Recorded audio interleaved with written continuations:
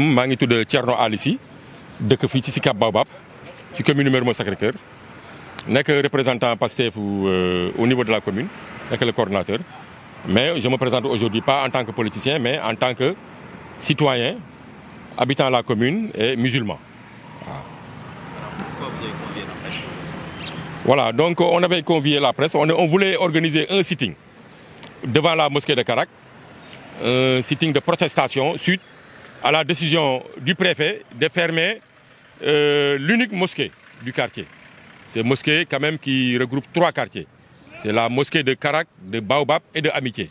C'est l'unique mosquée dont les musulmans disposent au niveau de cette commune-là, hein, au niveau de ces 3 quartiers. Et le préfet a pris la décision, il y a à peu près 1 mois, de fermer la mosquée suite, soi-disant, aux différends qui opposent les différents imams qui officient au niveau de la mosquée. Et quand même, nous trouvons cette décision malheureuse et incompréhensible, quand même qu'on puisse fermer un lieu de culte juste parce que les imams qui officient au niveau de cette mosquée ne s'entendent pas. Alors nous voulons demander à ce que l'autorité administrative, ce que les autorités de ce pays puissent nous permettre quand même de pouvoir disposer de notre lieu de culte, hein, et de pratiquer notre religion comme cela est dû et comme c'est le droit.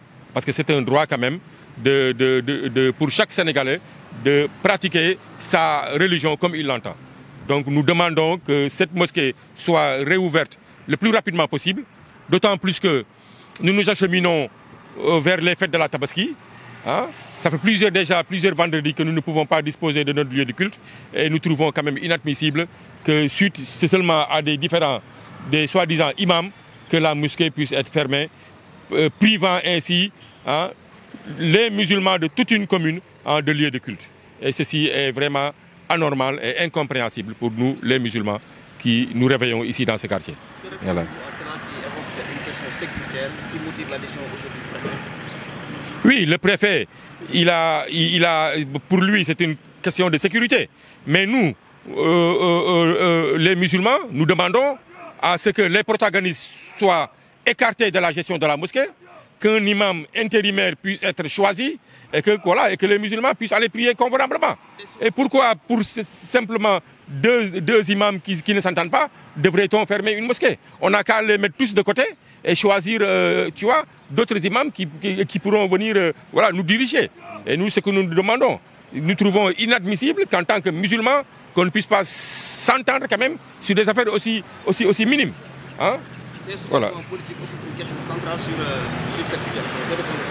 Mais beaucoup le croient, parce que soi-disant, un des protagonistes, l'imam Khalifa, est un politicien. Hein? Il a cheminé pendant longtemps avec Barthélémy Dias. Voilà, donc, mais nous ne voulons pas en faire un problème politique. En tout cas, moi, je refuse de politiser cette affaire-là. Voilà, c'est une question sociale, c'est une question vraiment très sensible, et nous ne demandons que la réouverture de la mosquée pour que les musulmans puissent en jouir. Voilà. Le maire de la localité a convié une rencontre, oui, espérant au moins trouver un consensus. Qu'espérez-vous?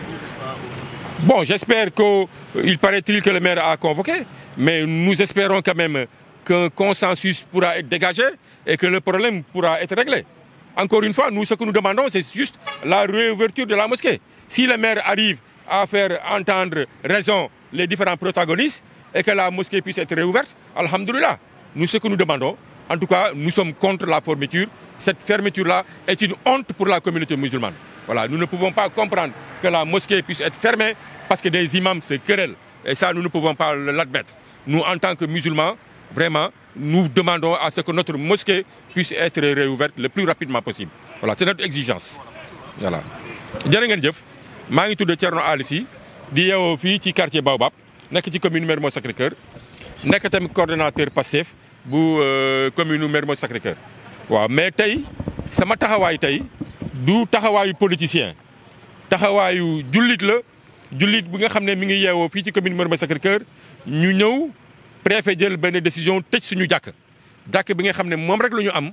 ñetti quartier yu ko séq muy quartier Baobab ak Karak ak Amitié benn jàkk boobu rek la ñu am te nanguwuñu imam bi jël décision tëj ko ndaxte imam yu nekk si jàkk ji juboowuñu loolu la wax. donc pour des questions de sécurité mënul la ko tëj balaa nit ñi di fi reyante ñun nag jullit yu fi yeewoo mënuñu nangu ñuy tëj jàkk parce que imam yi juboowuñu seen biir ñun loolu mënuñu ko nangu suñu xel mënuñu ko nangu waaw. donc ñun lu ñu bëgg mooy imam yi nga xam ne ñoom ñooy problème bi ñoom ñoo tax ñu jël jàkk ji buñ leen mënee teg de côté ñu teg leen de côté ñu tànn ñu yeneen imam yu bees ñu ñëw jiite jullit yu nekk fii yu yeewu fii ci Mermoz Sacré-Cœur ñun loolu la ñu bëgg. comme ñoom mënuñu juboo seen biir ba préfet ñëw autorité administrative bi tëj jumaa ji loolu vraiment ruslu na ci ay jullit surtout ay jullit yu yeewoo fii ay ajuma yu bëri romb nañu kenn mënul julli si jàkk ji si jumaa ji. tabaski mi ngi ñëw xamuñu fu ñuy jullee ah pour ay problème yi nga xam ne ay imam soi-disant encore une fois ñoo nga xam ne ñoom ñooy autorité jumaa ji ñoom bu ñu mënul juboo seen biir ñun lu ñuy laaj mooy nuñ ñu wutal ay imam yu bees ñu ubbi jàkk ji jullit yi dem di fa def seen waxtu juróom di fa jullee aljuma di fa jullee korite ak tabaski.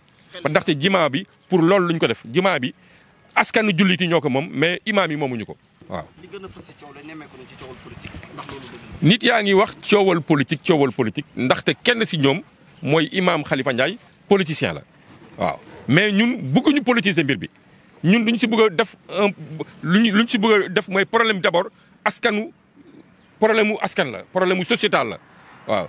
te lu mu intéressé mooy jullit la intéressé ñun du ñuy wax en tant que jullit yi nga xam ne jumaa jooju rek lu ñu am.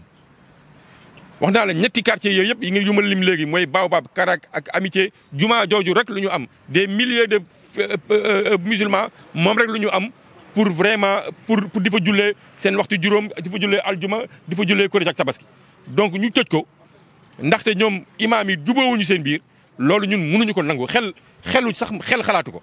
donc ñun dañuy laaj rek autorités yi bëgguñu ko politiser nañ ñu wutal imaam yu bees ñu indi ko.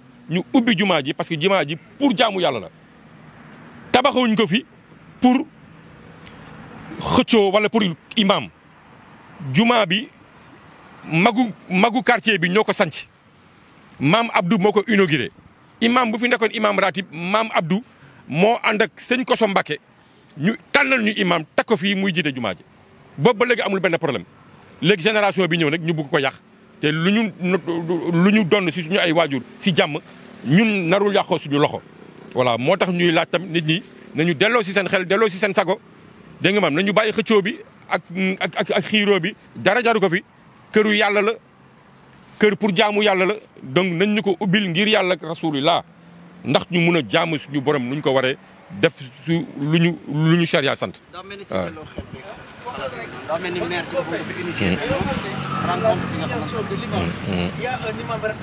xam imam ratib nag dégg naa tamit ñii ne am na imam ratib bu fi nekk te imam ratib bi tamit il faut que décision am ñu koy jël en considération donc ñi ngi laaj ñëpp nañu tënku ci waxu imam ratib bi parce que moom imam ratib bi moom mooy autorité morale et autorité religieuse de la mosquée donc ça veut dire que jumaa ji jàkk si loxoom la nekk donc décision mi il faut que nit ñi di ko respecter voilà képp